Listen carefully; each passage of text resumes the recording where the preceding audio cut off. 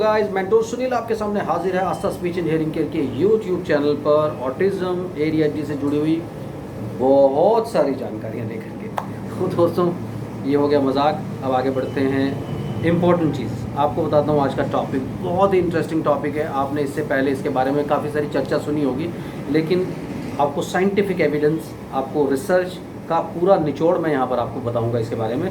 दोस्तों, अभी चल रहा है international breast feeding week. International breast feeding week, इसमें लेडीज़ को, फैमिलीज़ को ये बताया जा रहा है कि ब्रेस्ट फीडिंग की क्या इंपॉर्टेंस है। तो इसी कड़ी में मैं आपके सामने आया हूँ ये वाला वीडियो लेकर के, जिससे आपको पता चले कि autism, ADHD, delayed speech and language, यानी कि लैंग्वेज डेवलपमेंट में, मोटर डेवलपमेंट में, इमोशनल डेवलपमेंट में, कोग्निटिव डेवलपमेंट में, ओवरऑल साइकोलॉजिकल डेवलपमेंट में क्या रोल है ब्रेस्ट फीडिंग। तो मैंने इस पर रिसर्च किया। 5 दिन की रिसर्च हुई।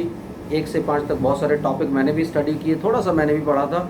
लेकिन अभी क्या हुआ कि मैं चाहता हूँ कि जो भी जानकारी आपको दी जाए, सटीक जानकारी दी जाए। चैनल को जल्दी से सब्सक्राइब कीजिए, वीडियो को लास्ट तक देखिए। आप वीडियो को लास्ट तक नहीं देखोगे तो फिर आप कमेंट सेक्शन में लिखते हो कि अपना कॉन्टैक्ट नंबर दो। कैसे दूँ? मैं कॉन्टैक्ट नंबर तो लास्ट में बता देता हूँ। उसके अलावा स्टार्टिंग में जब आप वीडियो को क्लिक करते हैं, जहाँ पर आप क्लिक करते हैं, जिस फोटो को आप क्लिक करके वीडियो में पहुँचते हैं, वहाँ पर भी कॉन्टैक्ट नंबर होता है। तो गौर से सबसे पहले डबल चेक योर जानकारी, उसके बाद आप आगे आइए। चलो जल्दी करते हैं। ब्रेस्ट फीडिंग, सबसे बड़ी बात क्या होती है कि चलो एक छोटी सी स्टोरी सुना देता हूँ आपको। एक बार एक मर्द और औरत में बहस हो गई। हस्बैंड वाइफ में अक्सर हो जाती है। तो बहस क्या हुई, हस्बैंड, क्योंकि वाइफ प्रेग्नेंट थी, उसको बहुत सारे सिम्टम्स होते थे, वॉमिटिंग होती थी, नोजिया होता था। उसके अलावा वो बहुत ज़्यादा थक जाती थी। क्यों? क्योंकि she is carrying a baby, और वो बच्चा भी हुआ नहीं है। उसको पूरा हिफाजत के साथ रखना और बहुत सारी प्रॉब्लम्स उसको फेस करनी पड़ती थी। मर्द आता था, ये काम नहीं हुआ, वो काम नहीं हुआ, ऐसा नहीं हुआ, वैसा नहीं हुआ, तुम क्या करती हो सारा दिन? 1 दिन सुन लिया, 2 दिन सुन लिया, 3 दिन सुन लिया। उसको बेचारी को भी थोड़ा सा गुस्सा आ गया। उसने क्या कहा कि मैं तुम्हें एक चैलेंज देती हूँ कि एक दिन तुम अपने पेट के साथ सिर्फ 2 ईंटें बांध करके 2 घंटे रह करके दिखाओ। आपको ऑलमोस्ट घर का 90% काम हुआ मिलता है। उसके बाद आप आकर के सवाल करते हैं कि मैं सारा दिन क्या करती हूँ। तो जैसे ही आदमी ने उस चैलेंज को एक्सेप्ट किया और 2 किलो ईंटें, यानी 2 किलो ईंटें, 2 ईंटें समझ लीजिए, बांध करके उसने सिर्फ आधा घंटा ही घूमा, तो वो कहता है ना कि लेवल सामने आ गया। उसे पता चल गया कि कितना डिफ़िकल्ट जॉब है ये। एंड औरत ये जॉब करती है 9 महीने 9 दिन। उसके बाद एक नॉर्मल चाइल्ड होता है। तो दोस्तों, बहुत इंपॉर्टेंट होता है औरत के लिए। और इस दौरान आपको याद रखना चाहिए कि मदर्स का सबसे बड़ा रोल है। अगर मदर्स खुश रहती हैं इस दौरान, हैप्पी रहती हैं, तो आपको एक हेल्दी बेबी मिलेगा। नहीं तो आप लेके घूमिए उसे हॉस्पिटल्स में, फिर आपको पता चलेगा। तो थोड़ा सा कष्ट, थोड़ी सी तकलीफ़ आपको करनी है कि आपको अपनी बीवी को खुश रखना है। बस खाली खुश कैसे रखेंगे? ज़रूरी नहीं कि सारा वक्त उसके पैर दबाते रहिए। खुशी होती है आप उसको इमोशनल सपोर्ट देंगे, उस टाइम पे मेंटल सपोर्ट देंगे कि मैं तुम्हारे साथ खड़ा हूँ, तुम्हें टेंशन लेने की ज़रूरत नहीं है। उसके बाद जैसे ही बेबी इस दुनिया में आता है, इन्फेंट आपकी गोद में होता है, उसके फ़ौरन बाद प्रेशर आता है ब्रेस्ट फीडिंग का। माय डियर फ्रेंड्स, आजकल स्ट्रेस किया जा रहा है कि जो पहला दूध होता है, कोलेस्ट्रॉम जिसे बोलते हैं, that is very very important for the mothers. तो उस टाइम पे मदर्स को लर्न करना बहुत इंपॉर्टेंट है। ये इन्फॉर्मेशन मदर्स के लिए बहुत इंपॉर्टेंट है कि ये मिल्क सबसे ज़्यादा इंपॉर्टेंट है। क्योंकि कई फैमिलीज़ में ऑर्थोडॉक्स एटीट्यूड के चलते हुए वो वाला मिल्क कहते हैं वो जहर होता है, वो नहीं देते। लेकिन बहुत इंपॉर्टेंट है, इसलिए मैं बोल रहा हूँ कि that is very important for mothers, because mothers को ये इन्फॉर्मेशन होना बहुत इंपॉर्टेंट है कि वो वाला milk is very very important. उसके अंदर इतने सारे प्रोटीन्स होते हैं, इतना सब कुछ होता है कि आपके बच्चे के लिए वो वंडर्स कर सकते हैं। ठीक, उसके बाद आपको रेगुलरली ब्रेस्ट फीडिंग करानी है, एक स्केड्यूल बना करके अपने बच्चे को। आपके बच्चे के लिए क्या इंपॉर्टेंट है, मदर्स का रोल क्यों होता है? एक तो मदर्स को 9 महीना बच्चा कैरी करना, खुश रहना इंपॉर्टेंट है।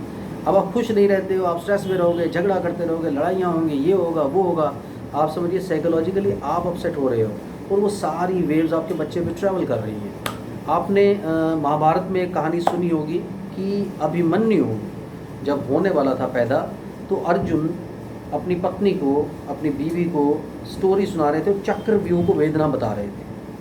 तो अर्जुन ने अपने माँ के गर्भ में ही वुम्ब में ही, अपनी माँ की कोख में ही वो सब कुछ सीख लिया था।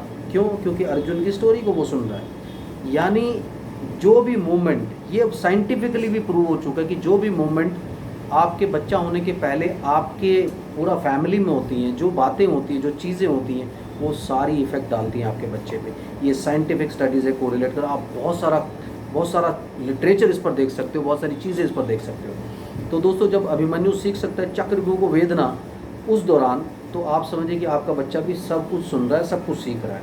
इसलिए ऐसी बातें मत कीजिए जो आपके बच्चे की साइकोलॉजिकल एक सिचुएशंस को ख़राब करें, उनको साइकोलॉजिकल डिसऑर्डर्स या बिहेवियर डिसऑर्डर्स की तरफ लेकर के जाएं। दूसरी बात, जब बच्चा पैदा होता है तो कहते हैं पैदा बच्चा नॉर्मल होना चाहिए। जे सिजेरियन होता है या ऑपरेशन, बड़े ऑपरेशन से होता है, तो वहाँ पर भी 10:1 का रेशियो रहता है। हर 10 में एक बच्चे में स्पीच डिले की प्रॉब्लम्स आ सकती है। उसके बाद आता है breast feeding. Again breast feeding और speech development, mental development, cognitive development, psychological development का कोरिलेशन रहता है कि सारी जो जितने भी बच्चे हैं जिनको ऑटिज़म, ADHD, स्पीच डिले या मेंटल रिटार्डेशन, इस तरह की कुछ भी प्रॉब्लम्स होती हैं, उनमें एविडेंस निकलता है। अगर हम हिस्ट्री लेते हैं तो 10 में से एक बच्चे में, यानी 10% बच्चों में ये एविडेंस निकलता है कि उनको ब्रेस्ट फीडिंग प्रॉपरली नहीं दी गई या ब्रेस्ट फीडिंग उनकी हुई ही नहीं है। तो ये भी एक स्ट्रॉन्ग और इम्पॉर्टेंट फैक्टर है। तो ब्रेस्ट फीडिंग की तरफ आप बहुत गौर कीजिए। It is a very important thing. आप ऑप्शनल मत रखिए इसको।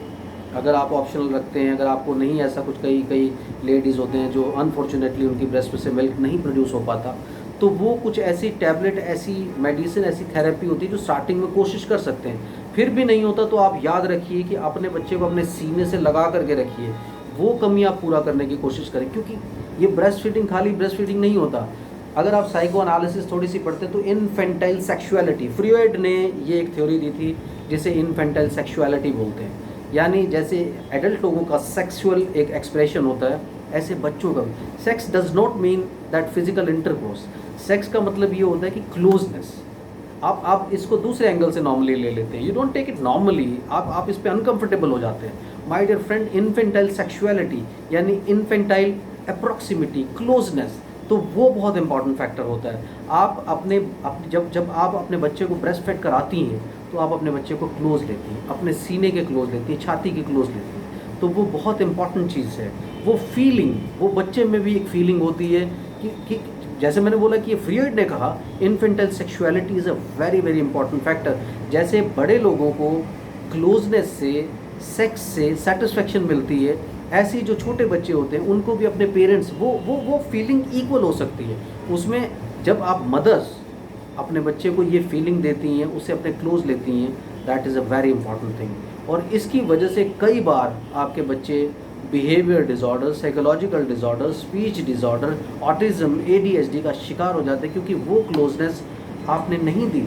अगर आप ब्रेस्ट फीड नहीं करा पा रही हैं तो भी आप ये रूटीन बना लीजिए कि दिन में 6 बार 10-10, 15-15 मिनट के लिए आप उसे अपने सीने से लगाएंगे अपने बच्चे को। उससे आपको और आपके बच्चे दोनों को सेटिस्फेक्शन मिलती है कि मैं माँ के इतना क्लोज हूँ। So that is a very important factor.